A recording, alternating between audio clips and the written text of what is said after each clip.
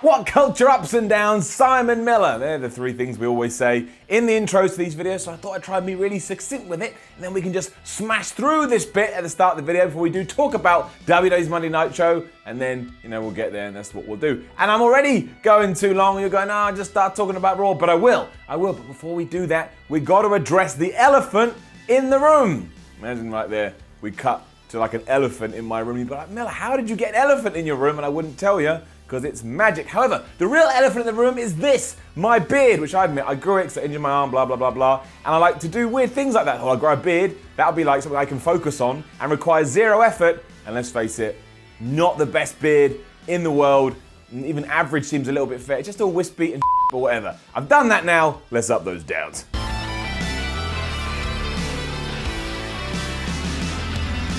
You already know how Raw started. Some people came out to talk and then eventually someone came out to interrupt them because yes, Monday Night Raw and that's how we begin. However, it was Kurt Angle with Baron Corbin and he was just really excited because on this episode of Raw, we were going to get the in-ring debut, at least on Raw, of Ronda Rousey. She's going to take on Alicia Fox and that excited Kurt mainly because there is an MMA fighter that will come to the show and fight. Unlike Brock Lesnar, that's what he was getting at. He was taking a shot at Brock because, Brock gave him an F5. Grow up, Kurt. Well, not really. You're probably allowed to be mad about that, whatever. Angle went on to say more about Brock before Roman Reigns interrupted because, again, it's the start of Raw. It had to happen. If he hadn't have come out, or if nobody had arrived, Kurt Angle and Baron Corbin probably would have stood in the ring and just frozen like, what do we do? This is all we had to say. This is all we were scripted to say, and no one's come out to stop us. Unfortunately, while I like the sentiment, the line given to Roman was absolutely awful. After he'd run down Kurt for everything he'd done 7 days ago, he said, if you kick the big dog out, who is gonna protect the yard? Really, WWE? Really? Did you think that was gonna get a good reaction from the crowd or endear Roman Reigns to the audience? It was the equivalent at being some kind of, amateur dramatic show, someone saying that dumb, and the only person that reacts would have been that person's mum. Anyway, this turned into a big thing between Baron Corbin and Roman Reigns, and given last week, when Roman Reigns punched him, we were told, hey, why don't we have that match right here, right now? And when it comes to that, well, that's getting it down. Now, this wasn't bad, but it was just a little dull. We didn't really build on any kind of the momentum that we may have created on last week's show. It just happened, and that was that. Also, nobody was cheering Roman Reigns here, so all the people out there saying, oh, look, WWE did it. Did you hear after the Lesnar segment they were saying, we want Roman? Well, even if they were, they ain't saying it now. Also, as we established on one of the Y videos, they weren't saying, we want Roman. They were saying, we want Soman. That's me! Kinda not really changed some vowels around. After some back and forth though, Baron just decided to leave because of course he did. He's a heel, but Finn Balor came out, he stopped in, Corbin got back in the ring, spear, 1, 2, 3, Reigns wins. He and Balor then fist bumped because they're really cool, and then Finn Balor gave the coup de grace to Baron Corbin. Cut to Seth Rollins next, who was indeed talking to Kurt Angle, saying that he is still sick of this numbers game when it comes to Drew McIntyre and Dolph Ziggler. So Kurt said, well, okay, let's have a tag team match later, and you can go off and get yourself a little partner. Seth was happy, gets enough. Bobby Roode then just beat Mojo Rawley clean in the middle of the ring. Hear what it did to my voice? Down. My main issue with all of this is that we just rushed it, kind of ignored weeks of television, and then Bobby Roode just hit Mojo with the glorious DDT. That was it. We're done. All the stuff Mojo's done recently, what a waste of time. Pointless. Couldn't back it up, could you? Couldn't we have just waited to SummerSlam and tried to make more people care about this? No, we couldn't. The worst bit is, they'll probably still fight at the pay-per-view because that's just what WWE does. It's an up for Elias though, because he's just so damn good. So as ever, he did his usual routine, but he always throws enough stuff in there to keep it interesting. So on this night, he was talking about how this documentary that WWE's made about me, that you can see on the WWE Network right now, I don't like it, so I'm shooting another one right now, but I'm going to CG out all of your guys' faces because I don't want to stare at people from Jacksonville. That, my friends, was brilliant. He insulted Bobby Lashley during all of this, which of course meant Bobby Lashley came out. And then the two just yelled at each other like they were kids. They kept calling each other jokes. It was literally like Elias went, no, you're a joke. And Bobby Lashley went, huh? No, you're a joke. Really? That is all you've got? Clearly all of that did distract Lashley though because Elias just gave him a cheap shot. Bobby is just too big though, and he fought back and he put Elias up in a big suplex and he told the documentary crew, hey, you should film this for the little video you're making. It will make for some great footage. I kind of felt like all of this made this feud dip just a little bit. Didn't really feel as fun as it had done recently. But you know what else, when I came to think about it, if they are going to fight at SummerSlam, I think I want Elias to win. Tyler Breeze followed, and he was pitching to Seth Rollins that he should be his tag team partner for evening. And if they do that, they can be called CrossFit Breezes. That was awesome. That gets enough. You'll be shocked to hear that Seth didn't accept, and then Roman turned up. They fist bumped again. They did something. It was something I was like, oh, we're doing this too much. Because, of course, Roman has to be on the show more than once. Razor from the Authors of Pain then beat Titus O'Neil simply because last week we had done the opposite. Please stop doing this, WWE.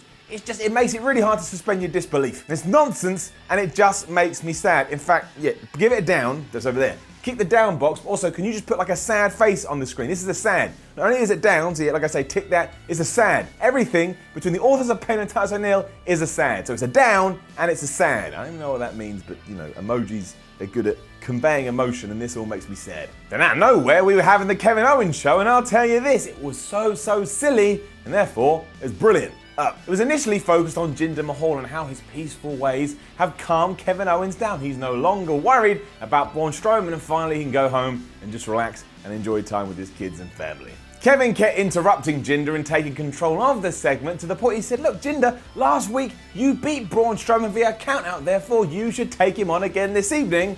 As you can imagine, Jinder Mahal was like, I don't want to do that sounds terrible. But then it happened. It was as if we were watching Jurassic Park, because the set started to wibble and it started to wobble, and then out of the ashes came Braun Strowman and he posed with his briefcase, and at one point I was like, you know, I'm watching a cartoon. It's actually like watching a cartoon. It was awesome, however, because it was just so dumb. Even more dumb was the fact that Strowman then did take on Jinder Mahal, and he lost by DQ. Now, I don't know who this is doing good for. It feels like everyone's kind of stuck in the meat grinder here, but again, it was stupid. You know what that means? Up. Once again, Owens stole Strowman's briefcase, and that really made him mad. So he just took the briefcase and he smashed Jinder Mahal in the head, and therefore we got the disqualification. And then unfortunately, Mahal ran out of there and he pushed Sanal Singh in the way, and you know what happened. Poor Sanal Singh got taken to hell, courtesy of one Braun Strowman. I will say this, I don't know how this benefits Kevin Owens, especially because at SummerSlam, he's probably going to lose, but forgetting about all of that, was very entertaining. It was very enjoyable. We then zoomed to Baron Corbin giving Kurt Angle his phone because Stephanie McMahon was on the line, as if they were two children dating, and Baron Corbin was the go-between. Down. Promo package for Lesnar and Reigns at SummerSlam followed, and no matter what you think about that main event,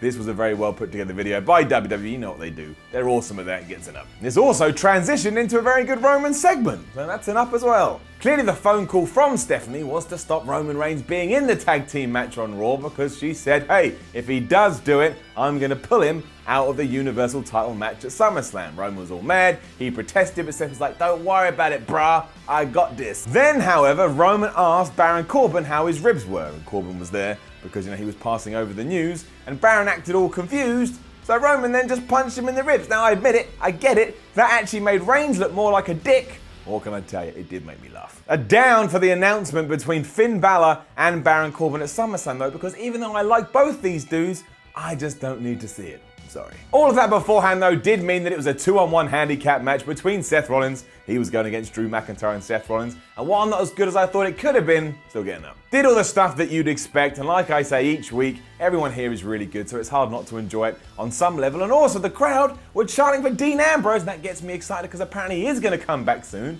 I think we can all agree we are ready for a return of the Lunatic Fringe. I hate that nickname. Let's hope they pan that nickname. They won't, I hate it, but still, he's coming back. Right, now I have to give what came next a down because it was another DQ finish, and that was just a bit too much on the nose, so yeah, down. It was the B team against the Revival, but then halfway through, the lights went out, Bray Wyatt and Matt Hardy appeared from nowhere. They whipped everybody's ass, which of course meant double disqualification. At this point, I was like, okay, cool, we're gonna have a three-way at SummerSlam, but then later on in the show, WWE went, nope, we're gonna do that next week on Raw instead. So what does that mean? Well, what happens at the pay-per-view? I still do get a kick out of all the teams in this, and also the B team has new music, and I like that, and it's pretty much designed so that everyone in the crowd goes, yeah! But I don't get the booking, and I don't get it at all. A Paul Heyman promo followed, and my word, if you have no plans to watch this, you've got to change those plans, and you've got to watch it right now. Otherwise, you're going to regret it. You're going to be on your deathbed, and your last words out your mouth are going to be, why didn't I watch that Heyman promo? That's how good it is. Go watch it. Biggest up of the damn show. It was mostly about the former ECW man talking about last week and that he couldn't believe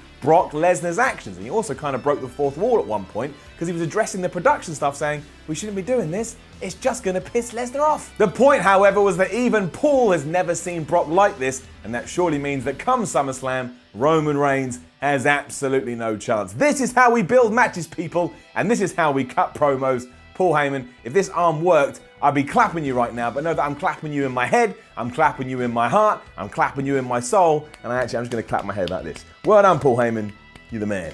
Sarah Logan and Liv Morgan then defeated Sasha Banks and Bayley. Down.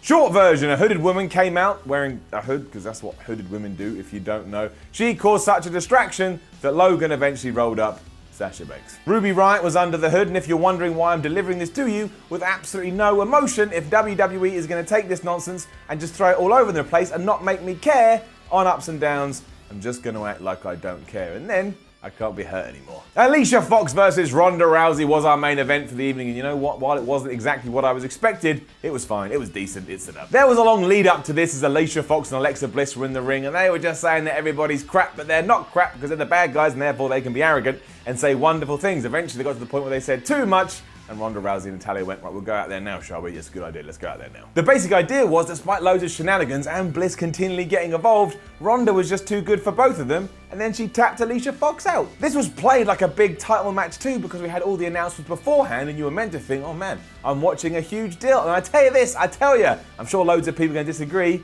I still think Ronda looks very good. Basically killed Alicia Fox in around about 3 minutes, and while Alexa Bliss tried to attack her afterwards, she failed, and Ronda said to her, listen Alexa, you can hold on to that belt as tightly as you want, but at SummerSlam, it's gonna be mine. Now Rousey, that ain't how wrestling works. It's not about how tightly someone holds on to a belt, you just win and lose it in matches, but don't worry about that.